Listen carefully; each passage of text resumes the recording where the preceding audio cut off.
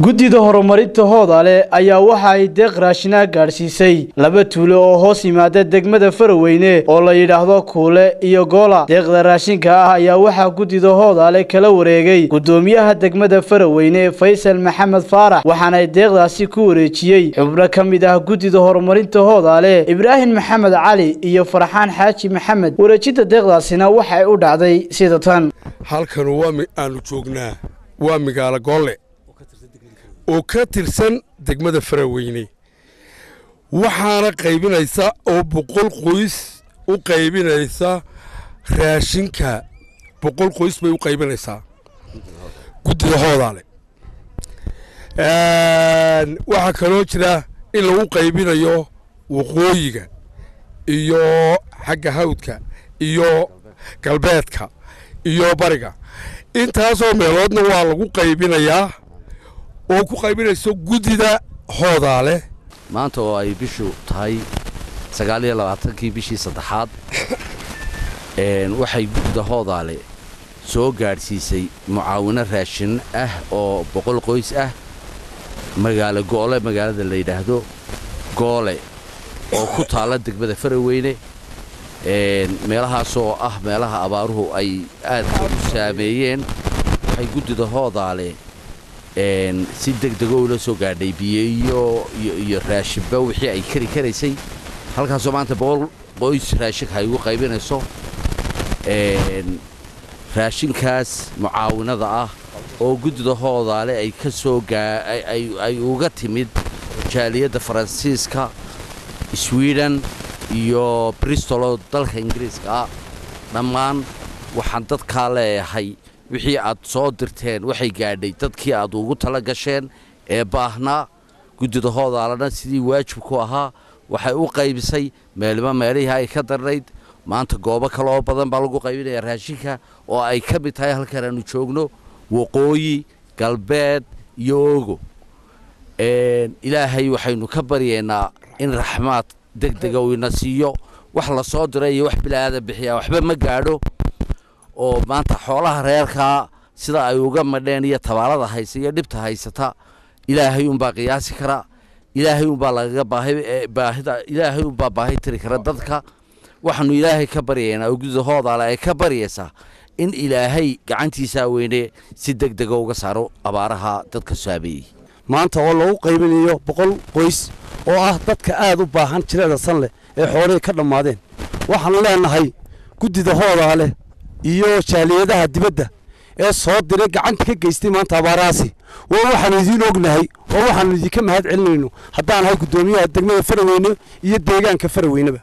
waxaan leeyahay maanta abaar baan baa jirta, way laba jirsatay 2 sanadood bay abaartaas jirtay. xoolaha dadkan lahaayeen waxna waqooyiba ku dhamaadeen, waxna xerooyinka dhexdooda ayay ku baqtiyeen. waxay maanta bilaabmay dhimashadii baa bilaabantay dad iyo xoolaba. ilaahay oo naxariisto wixii dada ee oon iyo haraad horta u dhintay oo ku arkayna gobolada Salal iyo Boorame iyo waxaan leeyahay ilaahay naxariisto jannaha ka waraabiyo dadka haraadka u dhintay ee dumarka umusha ee jilicsan leh. waxaan leenahay maanta abaar baa ka jirta degmada Faraweyne aad u dhibaato badan oo biyo la'aan baa jirta, baad la'aan baa jira,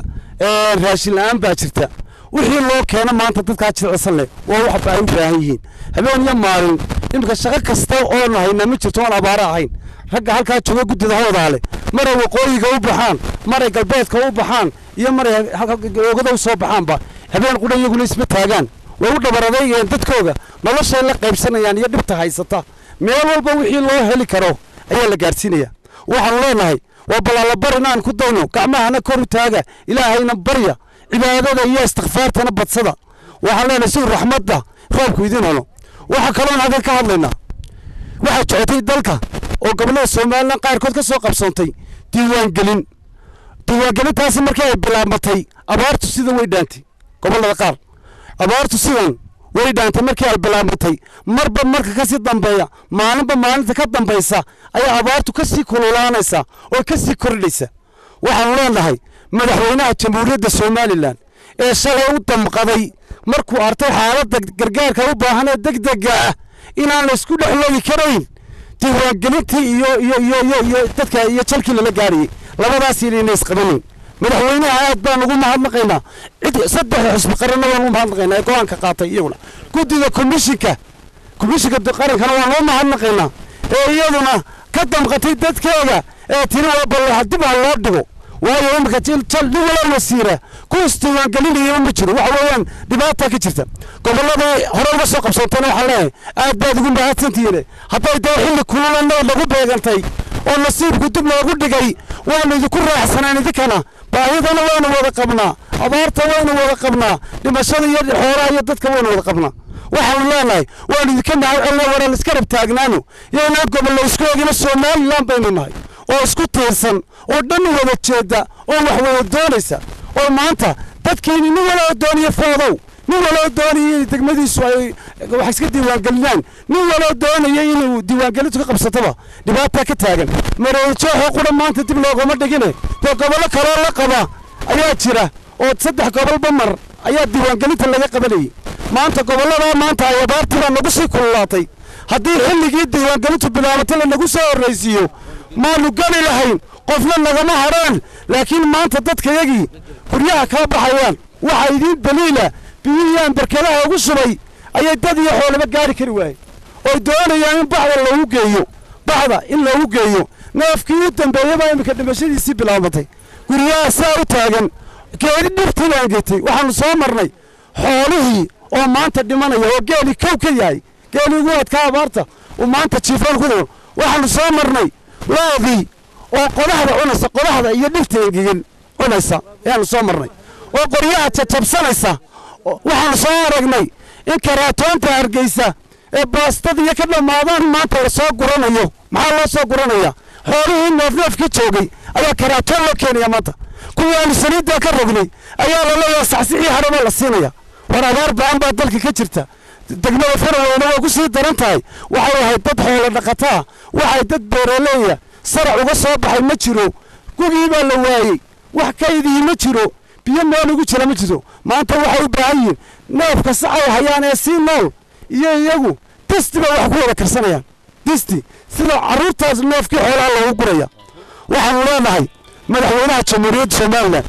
aad baad ugu mahadsan tahay waa lagu wada ducaynayaa dadkoo dhani maanta halkaa qodobka aad ka hadashay ayay aad ugu baahnaayeen degmada iyo dadweynaha noo keenay iyo guddida hoobaale iyo madaxweynaha noo soo dalbaday iyo ragga noo siday intaba waan ugu mahadnaqaynaa mahadnaq iyo sharaf wanaagsan baana lagu siiyey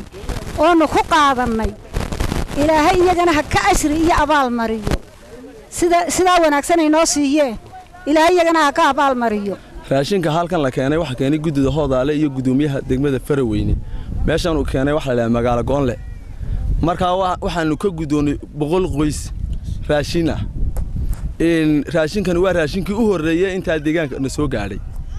waxaanu leenahay dadku inta waa ka badan yahay dhibaato dhulka ka dhacday abaar baa ka dhacday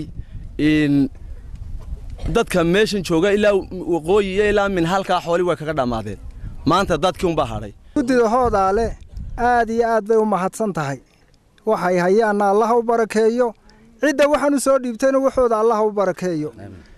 maanta waxaanu ku tukanay qiyaastii ilaa 100 nin baanu ku tukanay meel cid weysaysatay way ku yarayd waa la gabagabaystay biyalaan awgeed waxa weeyi waxaas waa wax ilaahay uun loo sheegan karo haddana waxa meesha aan ka marnayn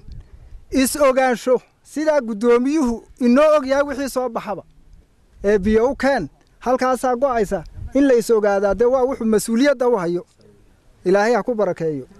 waxa weeyi ilaahay wuxuu irxamu ma fil ardi yarhamuhumullahu ma fis samaawaati bu ilaahay isu naxariista markaasaan anna idin naxariisanaya innaka dhexdeena saacaynu nahay haddana kacaawa karsanaya kaan karsanayno inuu naxariista inagu waajiba marka horeysa ilaahay baan u mahadnaqaynaa kaloo mahadnaqa ilaahay ah waxaana la yidhi ninka aan bilaadanka kii wax kuu dhiiba aanu mahadnaqin ilaahayna uma mahadnaqo mahad baanu idin naqaynaa intii soo bixisay iyo intii na soo gaarsiisay iyo guddi iyo maanta ku kastaba waxaanu u mahadnaqayna weeyaan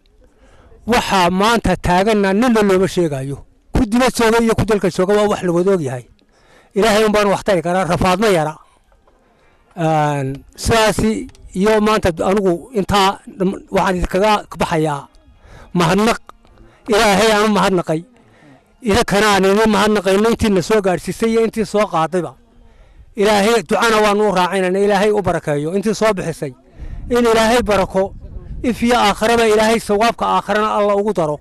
adduunyadana ilaahay uu ku farcamiyo ilaahay baanu kaasi u barinay dee oro waxaa la yidhi nin adhigiisii baha u dhacay hore ay mooyaane orotarano lama yidhaa